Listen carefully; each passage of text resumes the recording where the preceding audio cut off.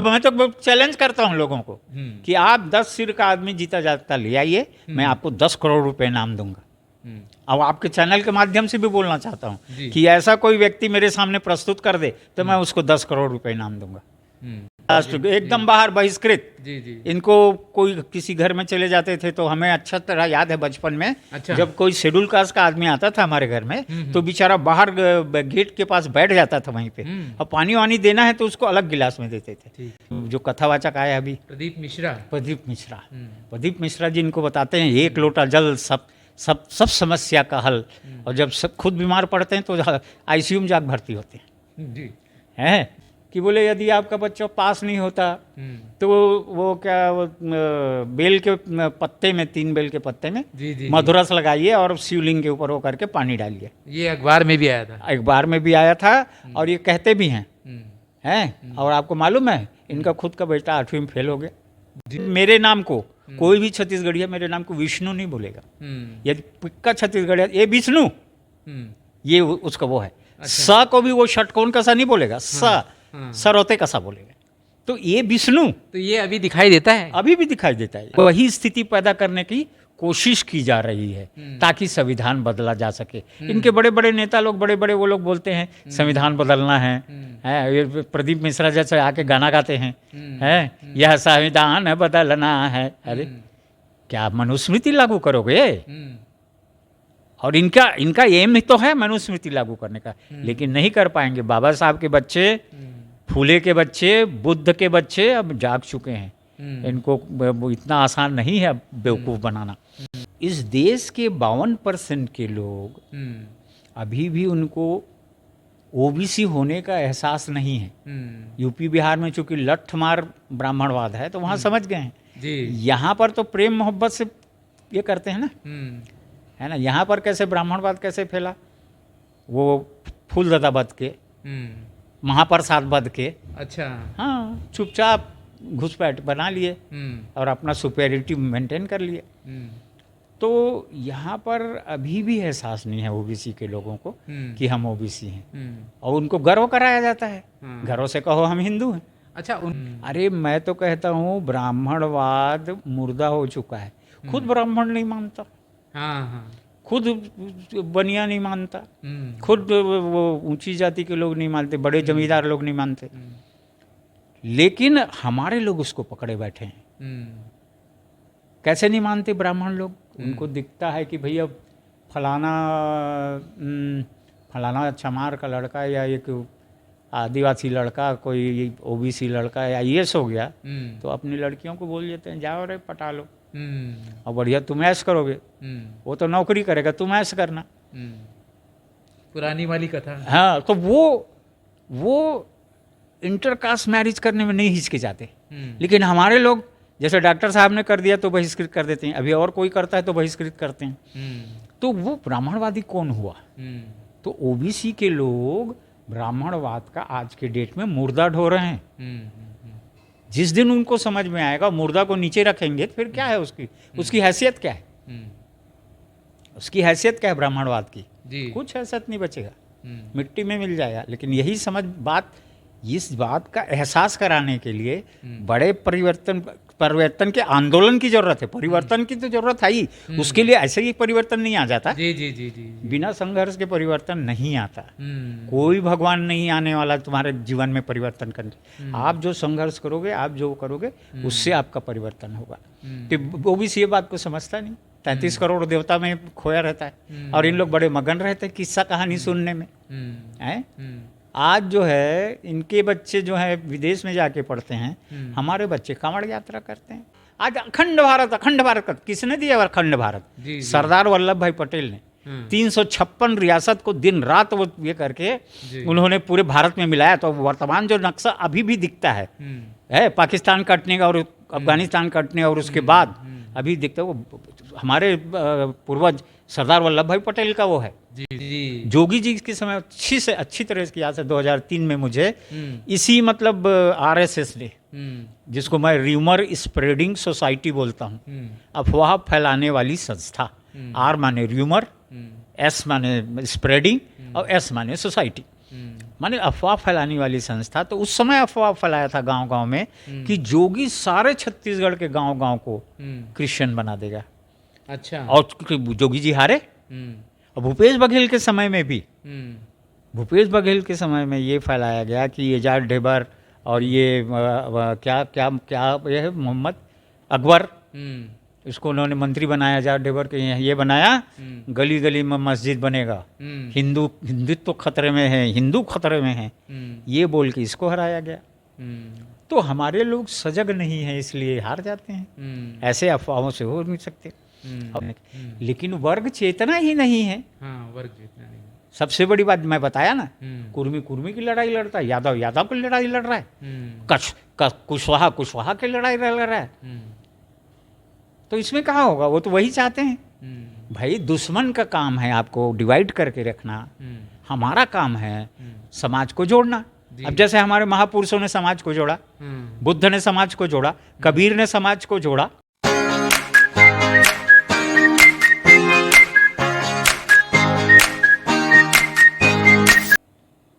नमस्कार, मैं वीरेंद्र कुमार। आप देख रहे हैं सुकृति इंडिया। भारतीय समाज वैदिक काल से मूल रूप से जातियों में और वर्गों में बटा हुआ समाज है। आधुनिक भारत में यह अगड़ी और पिछड़ी जातियां कहलाती है। पिछड़ी जातियों में मुख्य रूप से 3 वर्ग हैं: अनुसूचित जाति, अनुसूचित जनजाति और पिछड़ा वर्ग। इसमें सबसे ज़्यादा जनसंख्या पिछड़े वर्ग की है। यह वर्ग भारतीय समाज की दशा और दिशा बदल सकता है, लेकिन धार्मिक गुलामी की वजह से आज तक यह नहीं हो पाया है। इस समाज में ज्योतिबा फूले और पेरियार जैसे महान समाज सुधारक आए और उन्होंने बहुजन समाज को इस धार्मिक गुलामी का एहसास कराया। अपने समय में बड़े बड़े आंदोलन चलाए। उत्तर प्रदेश में रामस्वरूप वर्मा, जगदेव प्रसाद और बीपी मंडल ने भी अर्जक संघ के माध्यम से आंदोलन चलाया, लेकिन आज उसका प्रभाव बहुत कम लोगों के बीच में है। ऐसे समय में इस पिछड़े समाज में बुद्धिजीवी लोगों की भूमिका और भी बढ़ जाती है। इनमें से गिने चुने बुद्धिजीवी लोगों ने उस आंदोलन को अभी भी जीवित रखा है। इन्हीं बुद्धिजीवी लोगों में से एक बुद्धिजीवी विष्णु बघेल जी हैं, जो पेशे से सफल चार्टर्ड अकाउंटेंट है, जिन्होंने अपने शुरुआती समय से लेकर आज तक अपना फर्ज और जीवन संघर्ष जारी रखा है। आज हम उनसे बात करने जा रहे हैं। आपका हमारे YouTube चैनल में बहुत बहुत स्वागत है। धन्यवाद वीरेंद्र जी, और सभी दर्शकों को मेरा जय संविधान, जय भारत, नमो बुद्धाय, जय भीम। सबसे पहला सवाल ये है, हमारे देश के संक्षिप्त इतिहास को अगर 5 मिनट में बताना चाहें तो कैसे बताएंगे? भारत का इतिहास जो है वो काफ़ी पुराना है। वैसे भी क्या है, 10,000 साल में से मानव सभ्यता विकसित हुई, पाषाण युग आया, उसके बाद में तो सिंधु घाटी की सभ्यता यहाँ की सबसे पुरानी सभ्यता है और लगभग 3000 BC से बिफोर क्राइस्ट 3000 साल पहले से वो विकसित है और वो एक बौद्ध सभ्यता है। मोटा मोटा 5000 साल की। हाँ, मोटा मोटा 5000 साल अपन ले सकते हैं। और सिंधु घाटी की सभ्यता जो है वो हमारे भारत के मूल निवासियों की सभ्यता रिप्रेजेंट करती है। और it was nothing but Buddhist culture.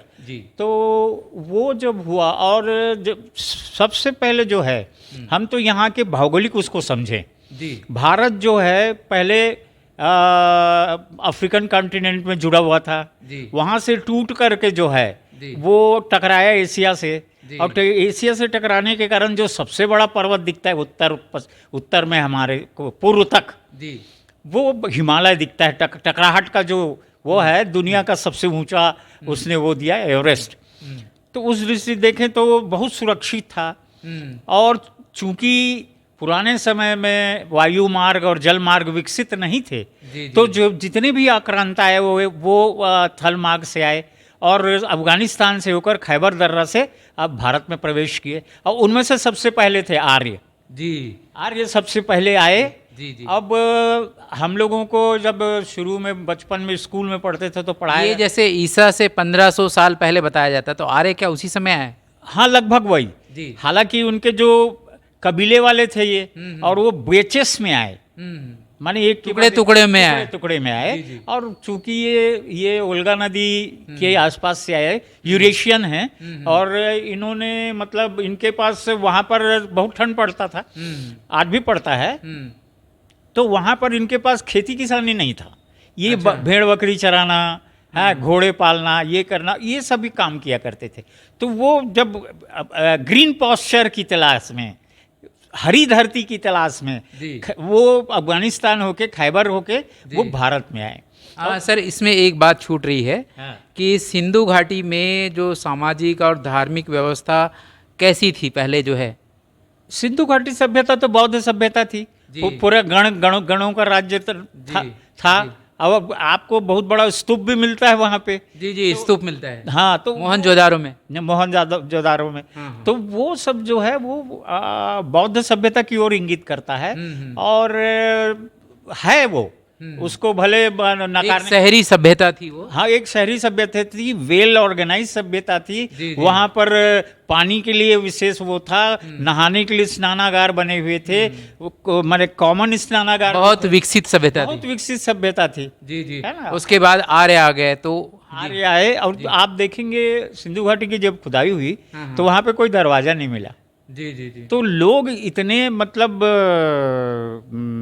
ये थे, मतलब ईमानदार लोग थे। ईमानदार थे जी। कि दरवाजे की जरूरत ही नहीं पड़ती थी। जी जी जी। तो और हमको बचपन में याद है गांव में, जी। ये जब लोग खेत जाते थे काम करने, तो एक फैरका होता था, उसमें ताला वाला नहीं लगता था, केवल ऐसा उसको लगा देते थे ताकि जानवर अंदर जाके, है ना, जी। भोजन को न मत खा जाए। तो वो सिंधु घाटी की सभ्यता की थी। और आज क्या स्थिति है, आप ताला लगा के जाओगे भी तो भी चोरी हो जाती है। जी जी। तो मेरे कहने का मतलब ये है कि शुरुआत में जी। जब 1500 साल पहले यार ये खैबर दर्रा से होके सिंधु घाटी की सभ्यता में आए, तो उन्होंने देखा रहे इतनी विकसित सभ्यता, और सिंधु घाटी के दोआब में उनको चारा मिल गया अपने जानवरों के लिए।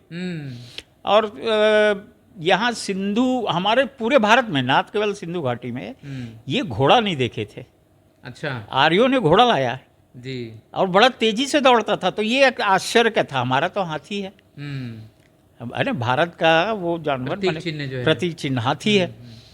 तो ये एक अजूबा था यहाँ के सिंधु घाटी की सभ्यता के लोग ये आए। वो सिंधु घाटी की सभ्यता में जो सील वगैरह मिली उसमें भी हाथी का सिंबल चिन्ह है, बैल का चिन्ह है ना।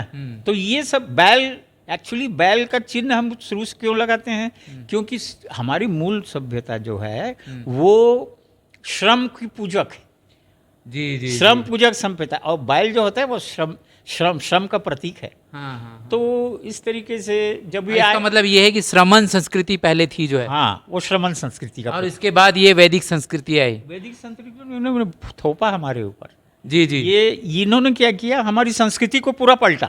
जी। हम लोग मातृ प्रधान समाज वाले थे, जी जी। इन्होंने इसको पितृ प्रधान किया। जी जी। है ना, हम बैल पूजक थे, उन्होंने हमसे गाय की पूजा करवाई। जी जी। है ना, तो ये हमारी संस्कृति को पलटे, जी जी। तभी तो इन्होंने हमको गुलाम बनाया, युद्ध किया इन्होंने, जी। और साम दाम दंड भेद, जी, ये जी। 4 नीति अपना के। हमारे लोग तो सीधे साधे थे। एक उसमें इंद्रजाल भी जोड़ देते हैं आज। हाँ, इंद्रजाल भी है, और मतलब छल कपट से इन्होंने हमारे ऊपर राज शुरू किया। जी जी। सारे सिंधु घाटी की सभ्यता को मतलब तहस नहस करने में इनका पूरा हाथ है। जी। और उसके बाद जो हुआ, हाँ। ये आगे बढ़े, और इन्होंने प्रथम जो मूल निवासी राजा थे, कौन थे प्रथम राजा, ये जिनको पाताल लोक का राजा बना दिए, बलि राजा। उनको राजा बलि को इन्होंने शाम नीति, शाम माने छल। जी जी। छल, और कैसा छल कि 3 वचन उनसे मांग लिया। जी जी जी। ये छल किया उसने। उसने सोचा भाई खाना बदोश लोग हैं, है ना, तो इनके पास खाने पीने तो ईमानदार लोग थे जो। हाँ, वो तो ईमानदार थे, तो आर्य लोग खाना बदोश थे ना। जी जी जी। उनको लगा कि भाई खाना बदोश हैं, इनको क्या चाहिए, रोटी कपड़ा और मकान, 3 चीज मांगेंगे, उससे ज्यादा नहीं। लेकिन ये लोग चतुर थे, छल करने के लिए किए थे। और छत्तीसगढ़ी में एक तो वो भी है ना इसमें एक गाना भी है छत्तीसगढ़ी में, ये जो राजा बलि लगा छले बर आए त्रिलोकी। त्रिलोकी कौन? विष्णु। अच्छा। वामन अवतार धर के आया, इन्हीं के ग्रंथों में लिखा है ना, वामन अवतार धर के पकड़ के आया और उसने छल किया, 3 वचन मांगे, दे दिया उन्होंने। तो पहले में तो उन्होंने मांग लिया राजगद्दी। अरे उसको लगा अरे ये क्या मांग रहे हैं इन लोग, अच्छा दिया, हम तो वचन हार गए। आज भी हमारे लोग वचन हार जाते हैं तो पूरा करते हैं उसको। तो दूसरे में कहा कि राजगद्दी के बाद में आप हमको आप जो है अपना वो दे दो, शिक्षा दे दो। अरे तो बड़ी चीज मांग ली इसने, तो बोले तो दिए, हम तो 3 हार गए। अंत में सम्मान मांगा कि आत्मसम्मान भी समर्पित कर दो हमारे ऊपर। किन्ने? आर्य ने, मूल निवासी राजा बलि से। तो बलि ने कहा नहीं, मेरे जीते जी तो आप नहीं ये कर सकते। तो उनकी हत्या की गई, उनकी हत्या की गई। और ये किस्सा कहानी गढ़ने में तो बहुत माहिर लोग हैं, आर्य ब्राह्मण लोग। इन्होंने किस्सा कहानी गढ़ दिया कि हमने उनको पताल लोक का राजा बना दिया। किसको? राजा बलि को। जी जी। तो इस तरीके से छल नीति से इन्होंने उत्तर पश्चिम भारत में कब्जा कर लिया। जी, इस तरह से मतलब मूल निवासियों के अंदर गुलामी आ गई, आनी शुरू हुई। वो तो शुरुआत थी। फिर दाम नीति से मध्य भारत में आए, वाराणसी में आए, शंकर भगवान सदाशिव शंकर, उसको उन्होंने दाम नीति से। कैसे दाम नीति से? शाम से बलि को, दाम से शंकर को। कैसे दाम नीति से? उनकी सती, उनकी बीवी पार्वती, वो आर्य कन्या है। अच्छा। वो दान दी, उन्होंने वो दिया, दान दिया। वो जानते थे कि शिव से तो लड़ नहीं सकेंगे, ये इतने जन जन के प्रिय हैं कि इसको हरा ही नहीं सकते। तो ये कन्यादान भी वहीं से शुरू हुआ? वहीं से शुरू हुआ जी। तो ये दान किया इन्होंने। और क्या कहा? पार्वती को सिखा पढ़ा के भेजा आर्यों ने कि भाई तुम जाना और उसको सुबह से धतुरा भांग पिला के सुला देना, और सारा राज तुम करना, बाकी सब हम देख लेंगे। तो उन्होंने फिर राज जो है, कोई भी आए मिलने शिव से, उसको ये पिला देती थी, भांग धतुरा सुला देती थी। और उससे क्या हुआ कि सारा राजपाट पार्वती देखने लगी जी, आर्यों के हाथ में आ गया। अब उन्होंने कत्लेआम शुरू किया शिव के सारे लोगों का, अपने लोगों का। कहते हैं ना, शिव ने है ना विष पिया, तो अपने लोगों को अपने सामने में कटते हुए देखना, है ना। तो इस तरह से दाम नीति करके इन्होंने मध्य भारत को कब्जे में कर लिया। और दंड नीति से फिर कहा मध्य भारत में कि हमारी जो वर्ण व्यवस्था है वो सर्वश्रेष्ठ है, उसको लागू करो। तो नहीं, अब उसमें क्या हुआ? विरोध हुआ। जिन लोगों ने तलवार उठा के विरोध किया वो आजकल के शेड्यूल कास्ट के लोग हैं। अच्छा। आज भी वो तलवार उठा के विरोध करते हैं। और जिन लोगों ने ये सोचा कि हम तो हार गए हैं युद्ध और अपनी संस्कृति को बचाना है और हम यहाँ नहीं रह सकते, और जाके जंगल कंदराओं में छुप गए, वो आदिवासी लोग हैं जी। और जिन लोगों ने ये इनकी गुलामी स्वीकार की, हम कहाँ जाएंगे भाई, हमारा तो सब कुछ यही है, जमीन यही है, जायदाद यही है, यहीं पर खेती किसानी करते हैं, तो वो ओबीसी के लोग हैं। आज भी मानसिक गुलामी उनकी है जी जी जी, है ना जी। तो ये 3 मानसिकता के लोग उन्होंने पकड़े। और आज भी देखिए, आप देखेंगे कि प्रकृति के सबसे नजदीक आदिवासी है जी। अब मैं इसलिए आदिवासियों को वहाँ का वाराणसी का मानता हूँ, को शंकर पूजक है जी जी जी है जी। आज भी छत्तीसगढ़ के गांव में गौरी गौरा वो होता है, पूजन होता है, उनका विवाह मनाते हैं। दंड नीति से फिर वर्ण व्यवस्था थोप दिया। तो वर्ण व्यवस्था में जो है अपने लोगों को आर्यों ने तो 4 वर्ण में रख लिया, 3 में रख लिया, ब्राह्मण क्षत्रिय वैश्य जी जी, है ना जी। और मूल निवासियों को उन्होंने शूद्र कहा। लेकिन जो लोग जाके छुप गए कंदराव में, वो तो बाहर थे, वर्ण व्यवस्था से बाहर थे। और जिन लोगों ने नहीं माना शेड्यूल कास्ट, उनको बाहर ही कर दिया समाज में। कहीं भी जाकर देखिए, इनका ईस्ट में रहता है, इनका जो कुनबा रहता है जी जी जी, गांव के शेड्यूल कास्ट एकदम बाहर, बहिष्कृत जी जी। इनको कोई किसी घर में चले जाते थे, तो हमें अच्छा तरह याद है बचपन में, अच्छा। जब कोई शेड्यूल कास्ट का आदमी आता था हमारे घर में, तो बेचारा बाहर गेट के पास बैठ जाता था वहीं पे, और पानी वानी देना है तो उसको अलग गिलास में देते थे। तो ये व्यवस्था उनके समय की है, उन्होंने ये व्यवस्था दी, भेदभाव वाली व्यवस्था, वर्ण व्यवस्था इन्होंने दी। तो इस तरह से ये हमारा से साम दाम दंड और भेद नीति से अंतिम अनार्य राजा रावण को इन्होंने हराया। रावण भी हमारा पूर्वज है जी। और रावण कोई नहीं, मौर्य काल के 10 राजा हैं जी जी, है ना। 10 राजा हैं, बृहद्रथ से लेकर के सम्राट अशोक बीच में आ जाते हैं। बृहद्रथ से लेकर के वो उनके माने पूर्वज, कहाँ से शुरू हुआ था ये? चंद्रगुप्त से। चंद्रगुप्त मौर्य से शुरू हुआ और बृहद्रथ तक आप गिनेंगे तो 10 पीढ़ी है। 10 पीढ़ी है। और इसलिए नहीं रावण के 10 सिर बताए जाते हाँ, इसीलिए रावण के 10 सिर। मैं तो चैलेंज करता हूँ लोगों को कि आप 10 सिर का आदमी जीता जाता ले आइए, मैं आपको 10 करोड़ रुपए इनाम दूंगा। हैं। अब आपके चैनल के माध्यम से भी बोलना चाहता जी। हूँ कि ऐसा कोई व्यक्ति मेरे सामने प्रस्तुत कर दे तो मैं उसको 10 करोड़ रुपए इनाम दूंगा। तो ये कौन है? ये आर्यों ने जब अंतिम अनार्य राजा बृहद्रथ की हत्या की और दंड भेद नीति से बृहद्रथ को मारा और अंत में सारे उसमें जो है साम दाम दंड सारे भारत में जम्बूद्वीप क्यों कहते थे कि सम्राट अशोक के समय में भारत बृहद भारत था, उससे बड़ा, हाँ, उससे बड़ा भारत कभी नहीं हुआ। तो उसको जम्बू वो एक हाथी की तरह दिखता था।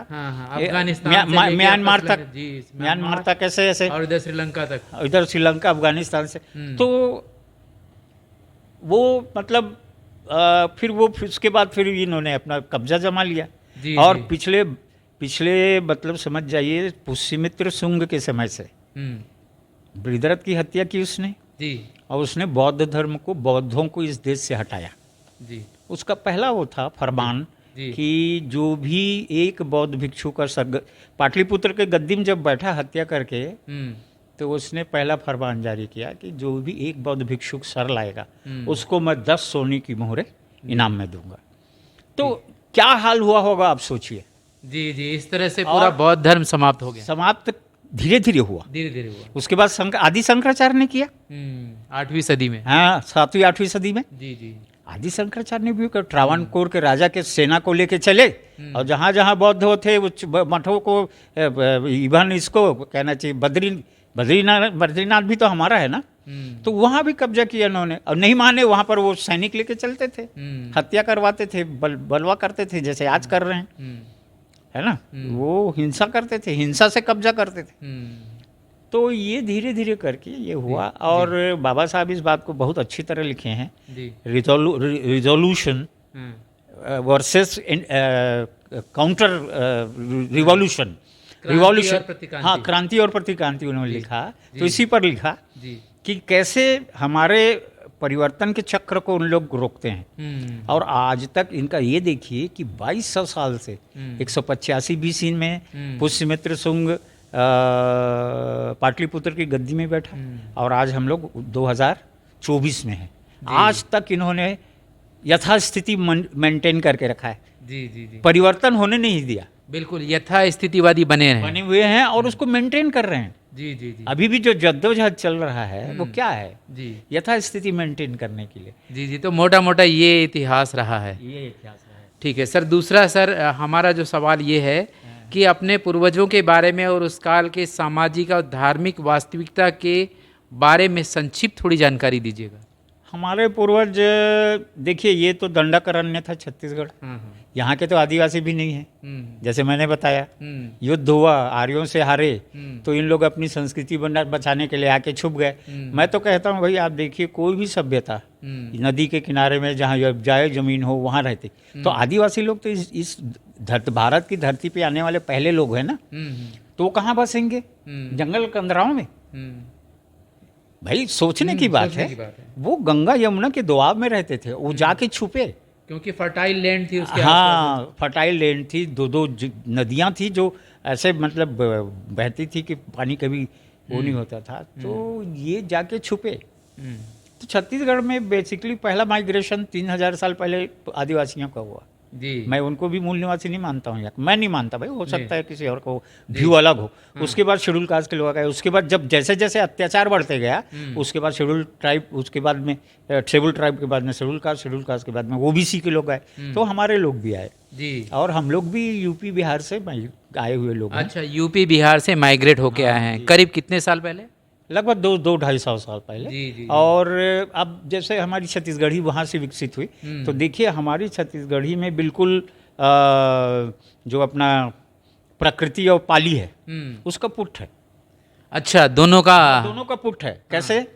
जैसे पाली में श और षटकोण का श नहीं होता, वैसे ही छत्तीसगढ़ी में नहीं होता। अच्छा, ईश्वर नहीं बोलते छत्तीसगढ़ी में, ईश्वर है ना। व नहीं होता, ब होता है। हाँ, वैसी पाली में होता है। जी, जैसे मेरे नाम को कोई भी छत्तीसगढ़िया मेरे नाम को विष्णु नहीं बोलेगा।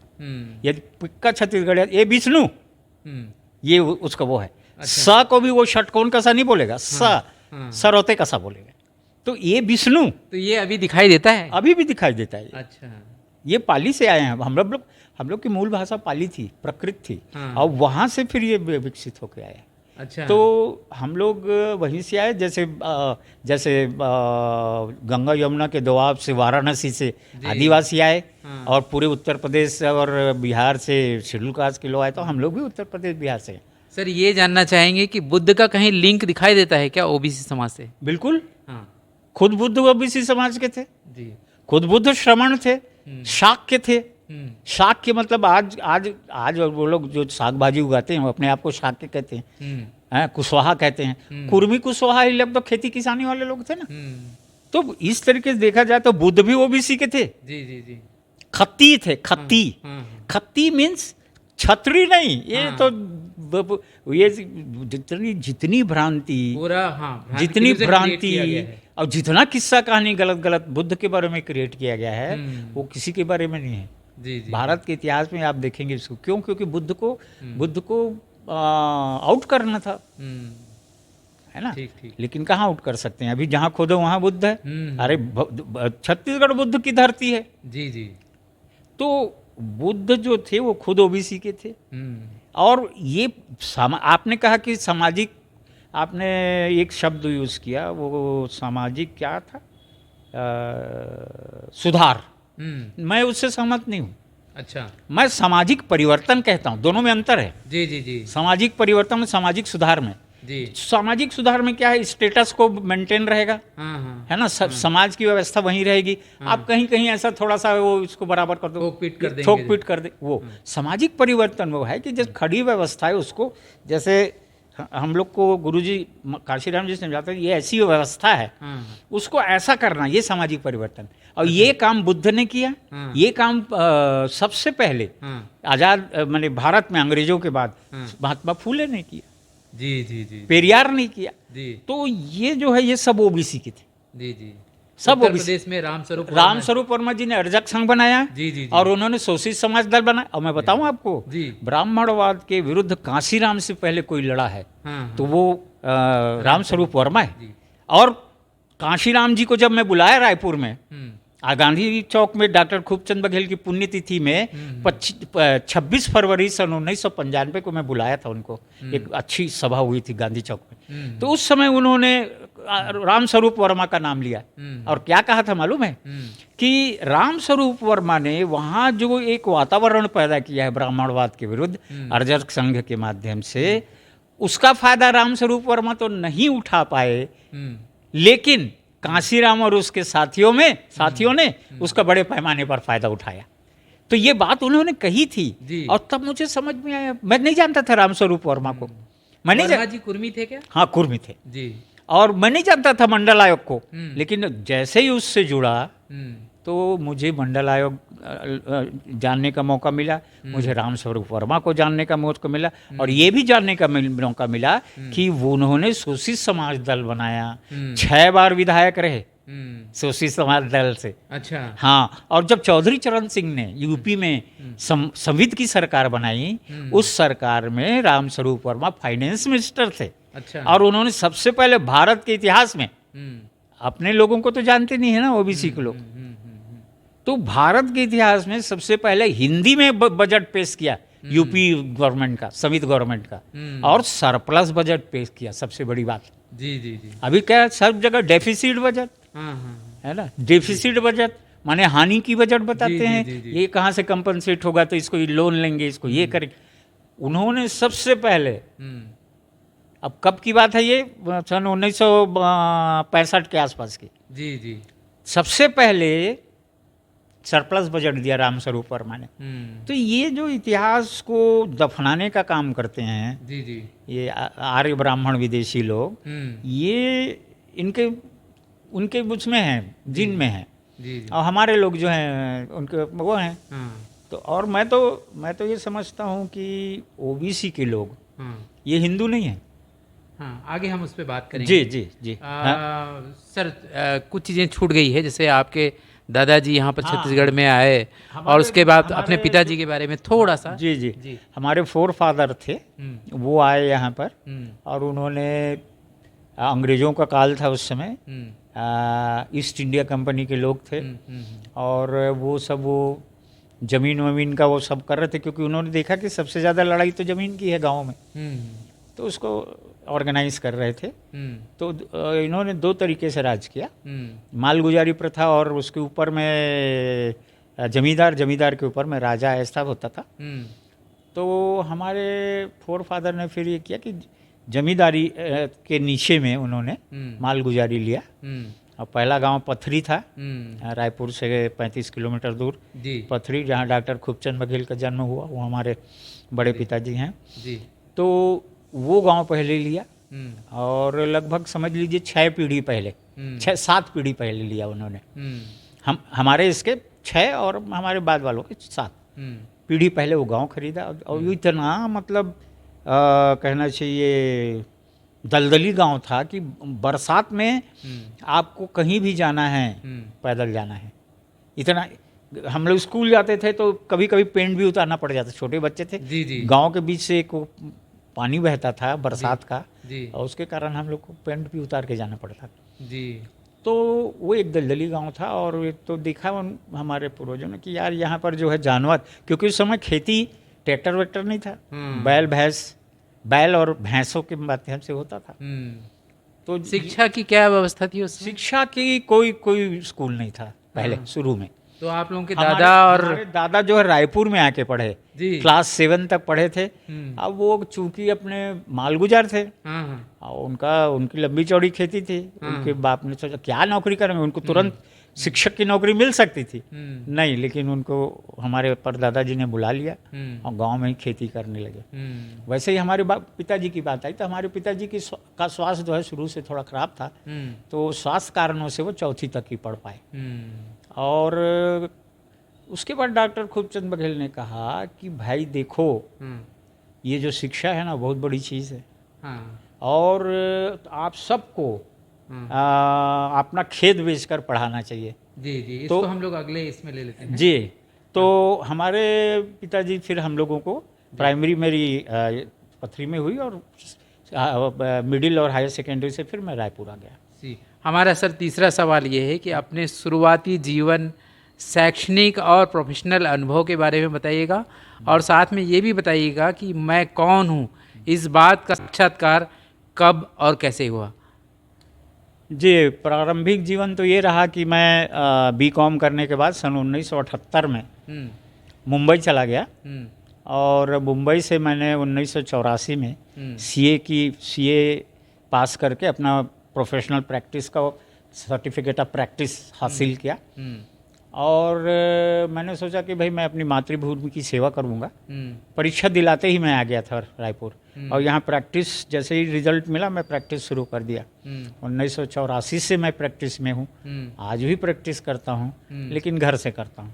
तो ये था, और प्रैक्टिस में जो है मुझे मैं कौन हूँ का एहसास हुआ। जी जी जी। प्रैक्टिस में जब मैं गया तो हम लोग कुर्मी किसान लोग हैं, कुर्मी किसान लोग हैं, और हमारी कम्युनिटी में कोई इस तरह के प्रोफेशनल्स नहीं थे। प्रोफेशनल तो थे ही नहीं। कुर्मियों में सबसे पहले चार्टर्ड अकाउंटेंट हूँ सारे छत्तीसगढ़ में। ऐसा? हाँ, ये तो मेरे कुर्मियों में जी है ना। अगरिया में हमारे पटेल साहब थे, JN पटेल साहब, वहाँ के चेयरमैन भी रहे ब्रांच के, रायपुर ब्रांच के। लेकिन मेरे कुर्मी कम्युनिटी में जो है OBC में थे पटेल साहब, लेकिन कुर्मी में मैं पहला हूँ। अच्छा, आपके समय में कौन जो मूल निवासियों में से कौन कौन और प्रोफेशनल थे? मेरे समय में तो कुर्मियों से मैं अकेले था उस समय, और पटेल साहब थे, और मेरी जानकारी में जहाँ तक जाता है 2-3 लोग के अलावा कोई नहीं था CA प्रोफेशन में। बाकी प्रोफेशन में लोग थे, इंजीनियर, डॉक्टर्स, और ये तो बहुत हो गए थे। अच्छा, उस समय कौन ऐसे आइडल थे आप लोगों के, मतलब आप लोगों के समाज में जो अन्य क्षेत्रों में जो पढ़े लिखे लोग हैं, उनका अगर 2-4 नाम बता पाएँ तो? हाँ, वैसे तो पढ़े लिखे लोगों में बहुत लोग थे। इंजीनियरिंग के क्षेत्र में थे, हाँ, हाँ। उसमें तो बहुत लोग थे। हाँ, हाँ। डॉक्टर थे, डॉक्टर में तो डॉक्टर खूबचंद बघेली जो है नागपुर के रॉबर्टसन कॉलेज से एलएमपी की डिग्री लेके आए थे, हाँ, हाँ। और उन्होंने सरकारी नौकरी से ही अपना जीवन शुरू किया। जी। रायगढ़ में नौकरी की सरकारी हॉस्पिटल, डिस्ट्रिक्ट हॉस्पिटल में। हाँ, हाँ। उसके बाद रिजाइन करके उसमें कूद गए वो हाँ, हाँ। या स्वतंत्रता संग्राम में। तो वो एक, और वो सामाजिक परिवर्तन के प्रणेता भी रहे, जी। और उन्होंने अंतर उपजाति शादी छत्तीसगढ़ में अच्छा, कुर्मी, इंटरकास्ट मैरिज की उन्होंने? नहीं, इंटर सब कास्ट, अच्छा, इंटर सब कास्ट। हाँ। कैसे कि उस आज के डेट में कुर्मियों के यहाँ पर 27 ठो फिरके हैं। अच्छा। 27, हाँ। और 27 फिरकों में आपस में रोटी बेटी लेन देन नहीं होता था। 27 में भी नहीं होता है? नहीं होता था पहले। अच्छा। तो डॉक्टर साहब ने 1934 में हाँ। अपनी बड़ी अपने मंझली लड़की को, हाँ। ये रामचंद्र जी देशमुख है, चंदनी गोंदा जो चलाते थे, हम्म, उनको दिया। वो दिल्लीवार कुर्मी है, हम लोग मनवा कुर्मी हैं। हम्म, और इसकी उनको सजा मिली, हम्म। उनको बहिष्कृत कर दिया गया, मनवा लोगों ने बहिष्कृत कर दिया। मैं इसी पे आने वाला था सर। हाँ, बहिष्कृत कर दिया, 14 साल तक बहिष्कृत रहे। लेकिन 14 साल चुप नहीं बैठे, जहाँ भी समाज का सम्मेलन होता था वार्षिक, वो वहाँ पहुँच जाते थे अपनी पूरी टीम को लेके। अच्छा। तो उनकी टीम में जितने नवयुवक उनके साथ थे, हाँ। और वो न्याय याचक दल बनाया उन्होंने। हाँ। और कहा कि भाई ये कोई वो नहीं है, हम लोग सब सेम कास्ट के हैं। वो सब कास्ट का डिवीजन हो गया है। 14 साल बाद लोगों ने माना कि डॉक्टर साहब सही हैं, और अंतर उपजाति शादी को छत्तीसगढ़ में मान्यता मिली। जी। तो ये संघर्ष का परिणाम। और देखिए, उन्होंने विजन वाले थे वो समझ गए थे कि समाज, मानव समाज का विघटन जो है, वर्ण से वर्ग, वर्ग से जाति, और जाति से उपजाति में हुई है। हाँ, हाँ। और वर्ण को तोड़ने में तो बहुत मेहनत लगेगा, जातियों को तोड़ने में तो बहुत मेहनत लगेगा। तो कहाँ से शुरू करो? सबसे नीचे पायदान से शुरू करो, है ना। उप जातियों को तोड़ता हूँ, फिर जातियों में आएंगे। बाबा साहब ने तो इनहिलेशन ऑफ कास्ट में तो ऐसी है। जी, वो मैं पढ़ा हूँ, इनहिलेशन ऑफ कास्ट। और उन्होंने तो एक पुस्तक और लिखी ना, एक ये किया, वो लिखी कि भाई caste system, its origin and mechanism in India. ये और पुस्तक लिखी उन्होंने। उसमें वो कहा है, उन्होंने कहा है कि 3 इससे चलता है। एक तो रोटी बेटी है ना, दूसरा जो है, तो ये 3 बताया उन्होंने। और ये भी बताया कि कैसे हम उसको कर सकते हैं, इनहेलेशन में ये बताया। जी। तो वो, अब पता नहीं बाबा साहब को पढ़ते थे कि नहीं डॉक्टर साहब, लेकिन उन्होंने एक फील्ड में काम किया, उपजाति बंधन को तोड़ा।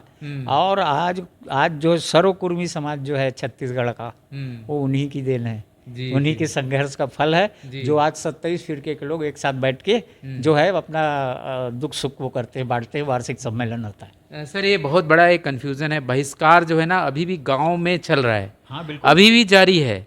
और ऐसा नहीं, हर वर्ग में जारी है, हर समुदाय में जारी है।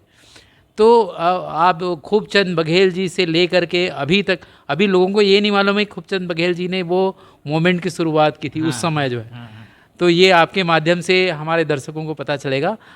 और कुछ जानकारी हो बहिष्कार के बारे में तो थोड़ा शेयर कर सकते हैं। बहिष्कार के बारे में ये था कि जैसे दूसरी जाति के लोगों को ट्रीट करते थे, वैसे डॉक्टर को, आपने ऐसा कोई अनुभव किया है क्या?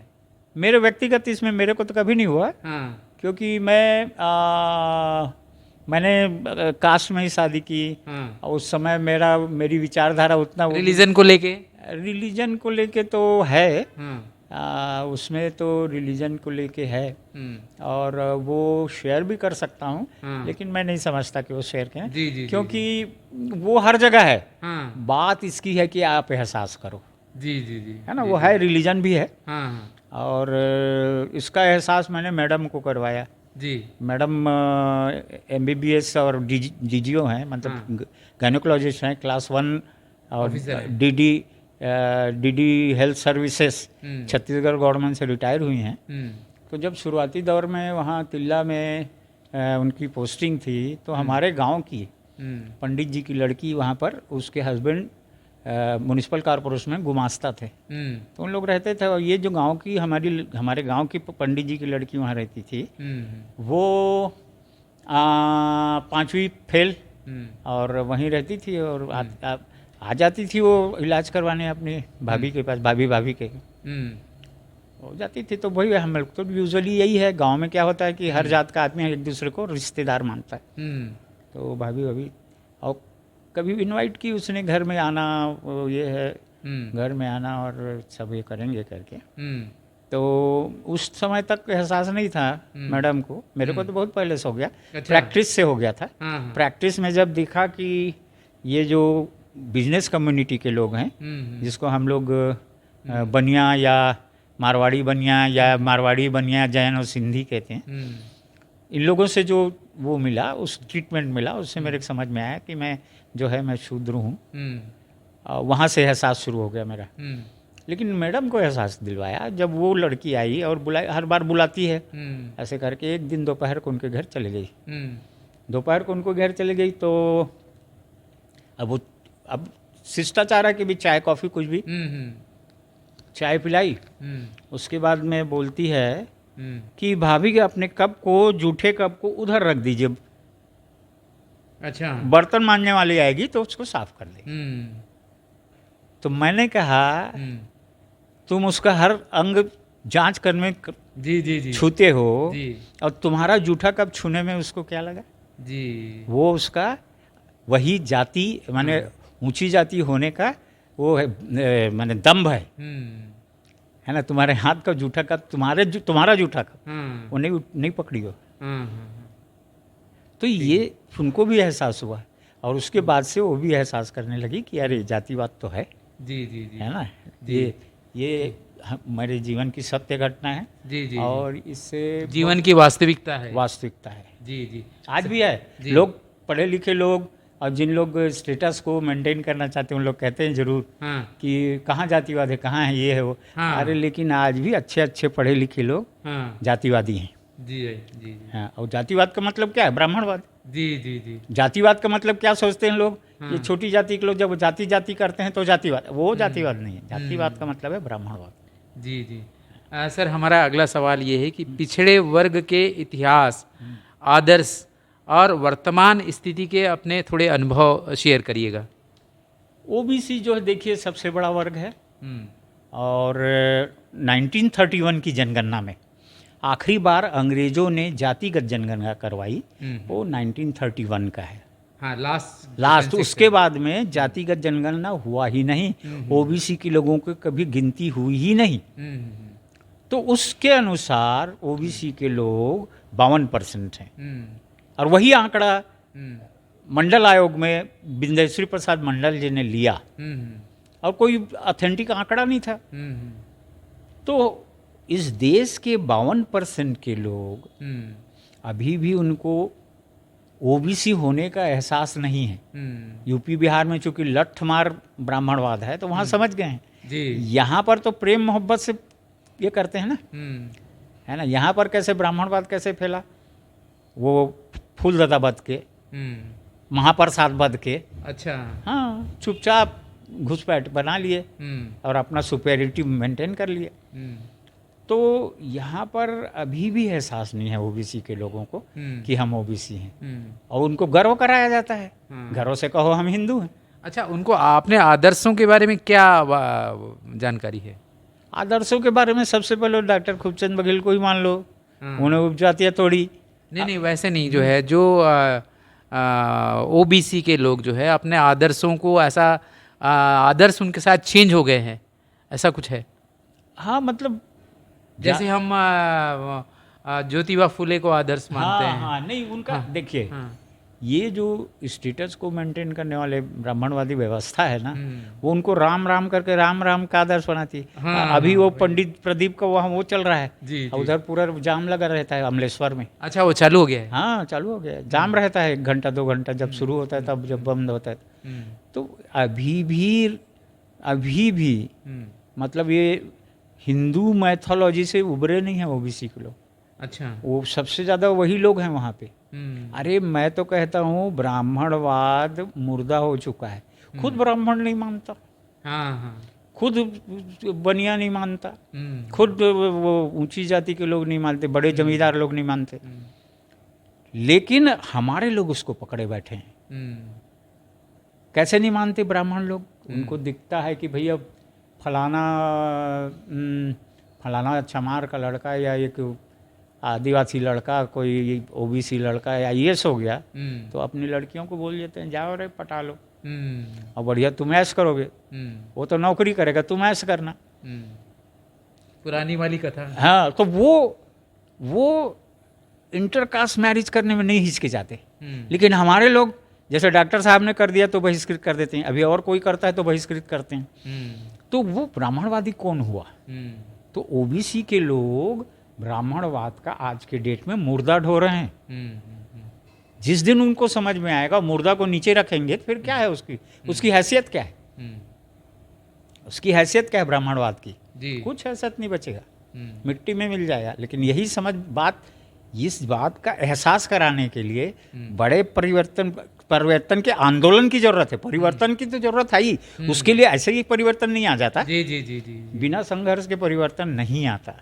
कोई भगवान नहीं आने वाला तुम्हारे जीवन में परिवर्तन करने। आप जो संघर्ष करोगे, आप जो करोगे, उससे आपका परिवर्तन होगा। तो वो भी ये बात को समझता नहीं। 33 करोड़ देवता में खोया रहता है और इन लोग बड़े मगन रहते हैं किस्सा कहानी सुनने में। हैं? आज जो है इनके बच्चे जो है विदेश में जाके पढ़ते हैं, हमारे बच्चे कांवड़ यात्रा करते हैं, है ना, पानी ढोते हैं। और ये प्रदीप क्या शर्मा क्या है? प्रदीप शर्मा तो है, ये जो कथावाचक आया अभी, प्रदीप मिश्रा जी इनको बताते हैं 1 लोटा जल सब समस्या का हल।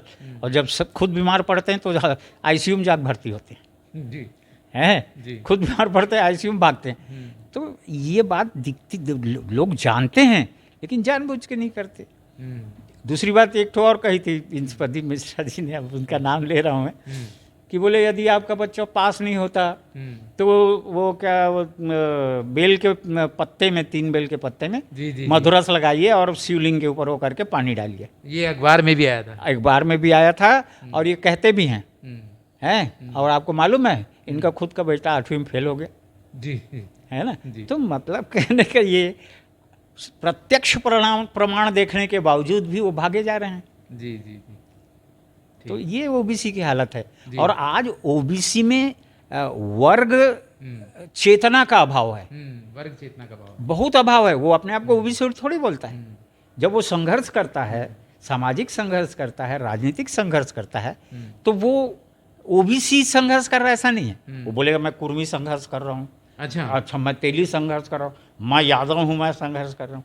अरे भाई, तुमको जानबूझ के अल्पसंख्यक बनाया गया। तुम तो बहुसंख्यक आदमी हो। ओबीसी बहुसंख्यक है, 52% जिसकी जनसंख्या हो। मैं तो एक ही बात कहता हूँ, हालांकि हमारे SC/ST के लोगों को भी कभी कभी अच्छा नहीं लगता वो, मैं ये कहता हूँ कि 52% के लोग यदि वर्ग चेतना ले आए और 51% एक तरफ वोट दे दे तो प्रधानमंत्री किसका बनेगा? जी 49 क्या उखाड़ लेगा या क्या कर लेगा? 49 कुछ नहीं कर सकता सिवाय उनके पीछे पीछे चलने के। लेकिन वर्ग चेतना ही नहीं है। वर्ग चेतना नहीं। सबसे बड़ी बात मैं बताया ना, कुर्मी की लड़ाई लड़ता है, यादव की लड़ाई लड़ रहा है, कुशवाहा की लड़ाई लड़ रहा है। तो इसमें कहाँ होगा? वो तो वही चाहते हैं। भाई, दुश्मन का काम है आपको डिवाइड करके रखना, हमारा काम है समाज को जोड़ना। अब जैसे हमारे महापुरुषों ने समाज को जोड़ा, बुद्ध ने समाज को जोड़ा, कबीर ने समाज को जोड़ा, बिल्कुल। सरदार वल्लभ भाई पटेल ने आज अखंड भारत किसने दिया? अखंड भारत सरदार वल्लभ भाई पटेल ने 356 रियासत को दिन रात वो ये करके उन्होंने पूरे भारत में मिलाया। तो वर्तमान जो नक्शा अभी भी दिखता है पाकिस्तान कटने का और अफगानिस्तान कटने और उसके बाद अभी दिखता है, वो हमारे पूर्वज सरदार वल्लभ भाई पटेल का वो है। जी भाई, जब एक व्यक्ति एक मिशन में लगा है तो कुछ लोग उसको ये भी बताने की कोशिश करते सरदार वल्लभ भाई पटेल तो आरक्षण के विरोधी थे। अरे तुम यार, मैं कहता हूँ यार, उनको नीचा करके किसको ऊपर करना चाहते हो आप? जी ये गलतफहमी ओबीसी के बीच में मत फैलाओ। तो हमारे कहने का मतलब है, हम लोग अपने ही पूर्वजों को नहीं मानते, दूसरों के पूर्वजों को मान करके जो उनकी वो करते हैं, आराधना करते हैं, इसलिए तो गुलाम है। जी इसीलिए गुलाम है। गुलामी क्या होती है? जी दूसरों के पूर्वज को अपना मानना, अपने पूर्वज का सम्मान नहीं करना, अपने पूर्वज के बारे में जानना नहीं। अरे दूसरों की बात तो छोड़ो, मेरी बात सुनो। मिशन में जब मैं नहीं लगा था तो मुझे मंडल आयोग के बारे में मालूम नहीं था। ये भी नहीं मालूम था कि मंडल आयोग ओबीसी के लोगों के लिए है। मैं क्या सोचता था मोटा मोटी, जब इधर तो ध्यान ही नहीं देता था हाँ, ना, हाँ, प्रैक्टिस और उसके कारण हम्म, मोटा मोटी सोचता था अरे यार ये SC ST के लोगों को और दे दिया क्या।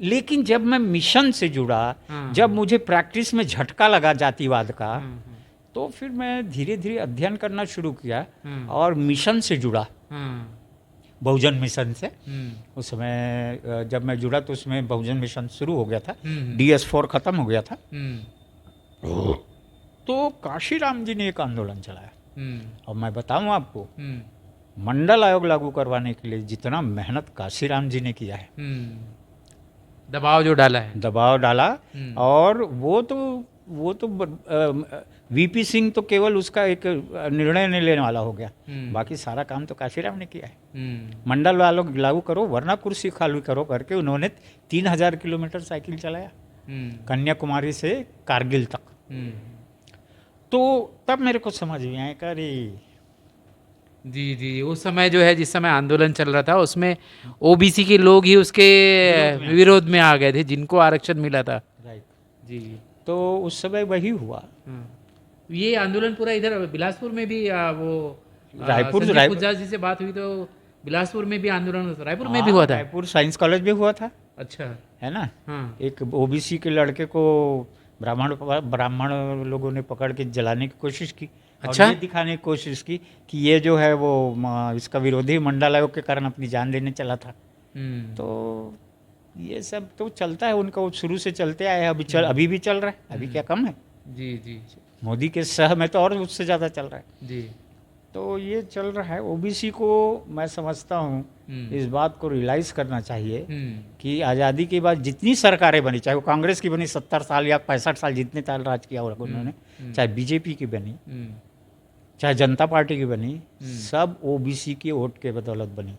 जी। और वर्ग चेतना ले आएंगे ना तो इनकी खुद की सरकार बनेगी, OBC के खुद के मुख्यमंत्री होंगे, प्रधानमंत्री होंगे, जी। कोई नहीं रोक सकता।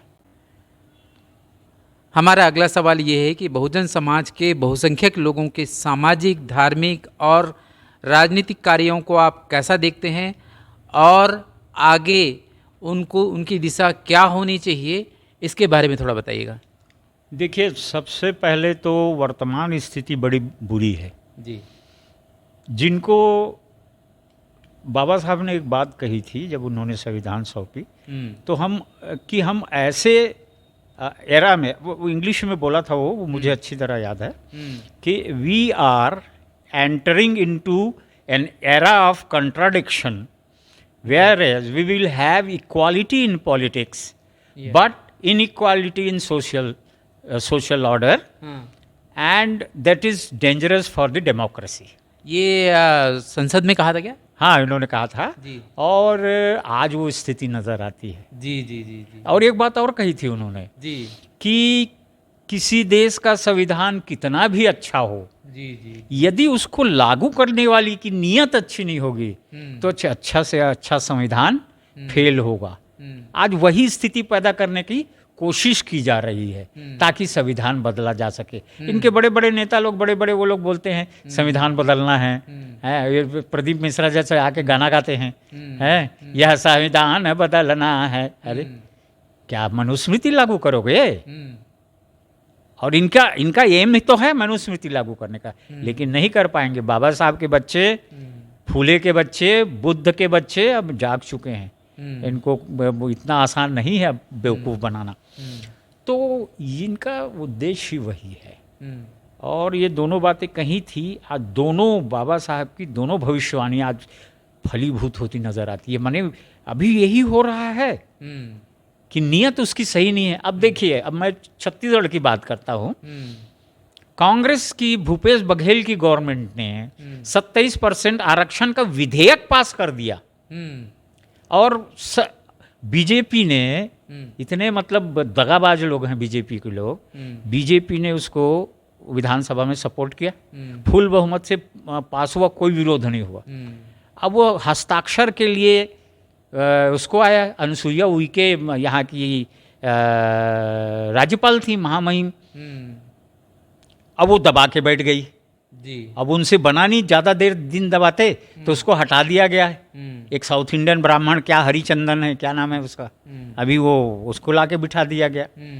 अब वो भी उसको दबा के बैठे हैं। हमारे पिछड़े वर्ग के जो संघर्ष कर रहे हैं वो लोग, उन्होंने ज्ञापन दिया उनको, लेकिन कुछ नहीं। मतलब कहने का ये कि ये लोग जब प्रजातांत्रिक तरीके से कहीं राज नहीं कर सकते तो ये डिक्टेटरशिप के तरीके से राज्यपाल लोगों के माध्यम से राज कर रहे हैं ये बीजेपी के लोग। तो ये ज़्यादा खतरनाक है ओबीसी के लिए। जी। ओबीसी यदि वर्ग चेतना होती तो ये नहीं होने देते वो। हाँ। तो ये चीज़ है। आज सामाजिक स्थिति इतनी खराब है कि अब ये देख लिया इन्होंने कि अब जाति के नाम में नहीं लड़ा सकते, तो यही स्टेटस को मेंटेन करने वाले लोग धर्म के नाम में लड़ाने लगे। जी। जोगी जी के समय अच्छी तरह से याद है 2003 में मुझे इसी मतलब आरएसएस ने, जिसको मैं र्यूमर स्प्रेडिंग सोसाइटी बोलता हूँ, अफवाह फैलाने वाली संस्था। आर माने र्यूमर, एस माने स्प्रेडिंग और एस माने सोसाइटी, माने अफवाह फैलाने वाली संस्था। तो उस समय अफवाह फैलाया था गांव-गांव में कि जोगी सारे छत्तीसगढ़ के गांव-गांव को क्रिश्चियन बना देगा। अच्छा। और जोगी जी हारे। और भूपेश बघेल के समय में भी, भूपेश बघेल के समय में ये फैलाया गया कि ये जाट ढेबर और ये क्या क्या क्या ये है मोहम्मद अकबर, इसको उन्होंने मंत्री बनाया, जाट ढेबर के ये बनाया, गली गली में मस्जिद बनेगा, हिंदुत्व खतरे में है, हिंदू खतरे में है, ये बोल के इसको हराया गया। तो हमारे लोग सजग नहीं हैं, इसलिए हार जाते हैं। ऐसे अफवाहों से हो नहीं सकते। और इनके पास तो बड़ी फौज है ना। आरएसएस में कम से कम 15,000 फुल टाइम वर्कर हैं जो ये फैलाते हैं छत्तीसगढ़ में। छत्तीसगढ़ में, सारे भारत में। सारे भारत में। और वो 15,000 वर्कर यही काम करते हैं।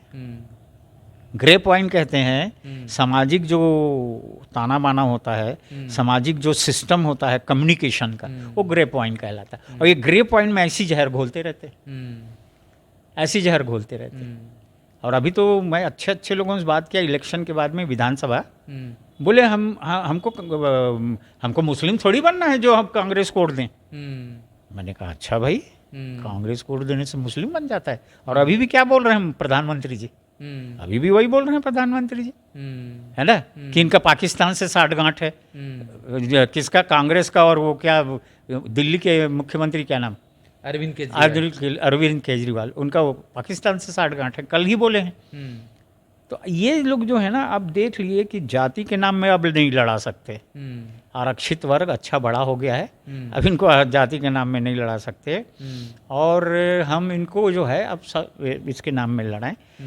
आप देखिए, जब भी SC ST OBC का आरक्षण की बात आती है, विरोध कौन करता है? मुसलमान करता है? नहीं करता। क्रिश्चियन करता है? नहीं करता। कौन करता है? जी। ब्राह्मण और बनिया, स्टेट बोल रहा हूं मैं, ब्राह्मण बनियों के सिवाय कोई दूसरा विरोध नहीं करता। बड़े जमींदार हैं जो राजा राजवाड़े लोग हैं, उन लोग करते हैं, बाकी कौन करता है? जी। लेकिन OBC को, SC को, ST को ये बात समझ में नहीं आती। लोग हमारे सोए हुए हैं। तो सामाजिक स्थिति अभी परिवर्तन तो आया है, लेकिन और बहुत बड़े परिवर्तन की जरूरत है। और बाबा साहब ने क्या कहा था, जब हमारे लोगों के घर मिट्टी के थे, तो उन्होंने कहा था कि जाओ अपने अपने घर में लिख दो कि इस देश के हुक्मरान बनना है तुमको। जिस दिन तुम्हारे हाथ में सत्ता आएगी, उस दिन फिर परिवर्तन अभी संभावित।